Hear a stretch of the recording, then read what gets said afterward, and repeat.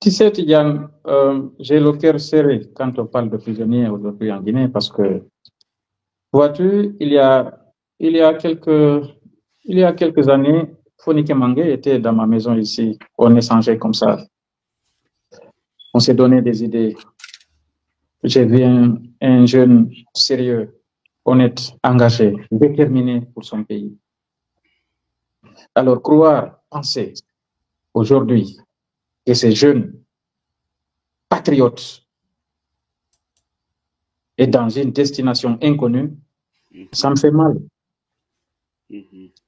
Et voir que c'est un jeune ou des jeunes qui dirigent ce pays aujourd'hui, qui s'inscrivent dans cette logique, c'est décevant, Tidiane. Amara Kamara, Mamadi Doumbouya, c'est des jeunes. Ils savent très bien à quoi ils s'exposent. Un danger. On a entendu ici Dadis ou la mort. C'est eux-mêmes qui ont fait passer ces gens-là devant la justice, même si c'est une mascarade de justice. Ils pensent, eux, qu'ils ont quelque chose de particulier qui les empêchera de passer par cette barre un jour. Comment est-ce qu'ils peuvent oublier aussi vite? Le pouvoir, ça rend fou à ce point. Amara Kamara, je comprends bien qu'il soit animé par la haine, vu ce que son père a suivi avec la gente de Dadis Kamara et consorts. Mais lui, il devrait jouer à l'exemplarité. C'est dommage que ce soit lui qui soit le plus braqué de la gente. Aujourd'hui, en tout cas, de ce qu'on voit sur les médias. Ça aurait été lui qui devait jouer à l'apaisement.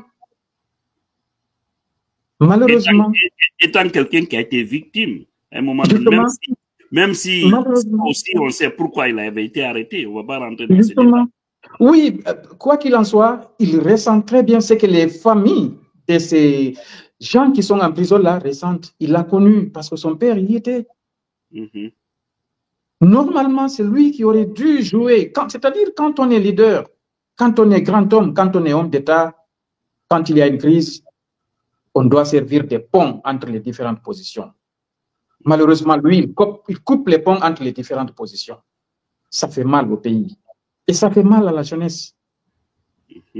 Quand je pense à Habib Marwan Kamara, ces jeunes ne font qu'exercer la liberté d'expression. Je vais encore attirer l'attention du peuple de Guinée. Quand Habib Marwan Kamara est en prison, ce n'est pas lui qui est en prison, c'est vous. Parce que Habib Kamara, c'est vous qui l'informez. Les recherches qu'il faisait avant de venir dans le studio, les informations qu'il donnait aux Guinéens, c'est les Guinéens qui bénéficiaient d'Habib Marwan Kamara. Bien sûr. Ce n'est pas lui qui bénéficiait de quoi que ce soit. Depuis qu'il est parti, nous sommes sévrés. Les Guinéens sont sévrés. Sa clarté d'explication, d'idées,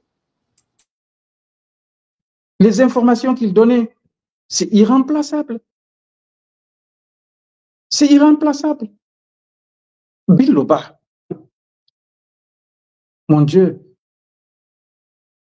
tu demandes juste le retour à un ordre constitutionnel pour ton pays. Et ce qui va te valoir la prison, la disparition forcée, la mort. Tidiane, ce que les gens ne savent pas, c'est que cette junte, elle est en train d'exercer une brutalité qui ne dit pas son nom sur le peuple de Guinée. Heureusement, leur dernière victime a été évacuée il n'y a pas longtemps sur Dakar, comme le président l'a dit hier. Mais ce que les médias ne vous disent pas, c'est que même sa maman, ils l'ont brutalisée, ils ne l'ont pas laissé la vieille. Ça, les gens ne le savent pas. La maman de l'autre, absolument, absolument. Même la vieille, Abdul Sako. Abdul Sako, voilà. Oui, pour vous dire que ces gens-là n'ont ni éthique, ni morale. Ils n'ont pas épargné sa vieille mère. L'ancien porte-parole de M. Alpha Condé, l'autre ministre porte-parole, j'oublie souvent son nom, qui était le porte-parole de M. Alpha, qui disait qu'on a ouvert les corps des morts pour mettre des cadavres dedans. Si Albert Damantan. Damantan Kamara a été brutalisé, c'est lui, à la maison. Ah bon? Mais oui, vous ne savez pas ce qui se passe. Aujourd'hui, tout le monde est intimidé. Même les jeunes, même les jeunes, moi je reçois des infos, je te dis, si j'ouvre la bouche, c'est incroyable. Même les jeunes qui font des panels sur TikTok aujourd'hui sont menacés. Aujourd'hui, la gente a infiltré tous les panels TikTok avec des milliers d'euros. On te propose de l'argent, on te dit, bon, tu prends l'argent. Si tu refuses de prendre l'argent, on te menace de mort. Si on t'entend parler de nous, tu vas voir ce qui va se passer. On a des preuves, des dizaines et des dizaines de preuves de gens qui sont menacés. Pour le moment, je ne dis pas de nom, mais il y en a plein, je te dis. Carrément, je reçois des appels de plainte tous les jours, pas plus tard qu'hier. Des sœurs, 2 sœurs ont été menacées de mort. Tout simplement parce qu'ils posent le débat sur la situation sociopolitique de la Guinée sur les plateformes TikTok. C'est ce qui leur coûte des menaces de mort. Mais si les Guinéens pensent que cette situation aujourd'hui qui est en train de s'abattre sur le pays va se régler d'elle-même, les Guinéens se trompent. Il faut que le peuple de Guinée accepte de s'organiser mieux, d'arrêter de penser aux leaders, d'arrêter de penser à des intérêts personnels, de penser à leurs enfants, de penser à leur avenir, à l'avenir de leurs enfants.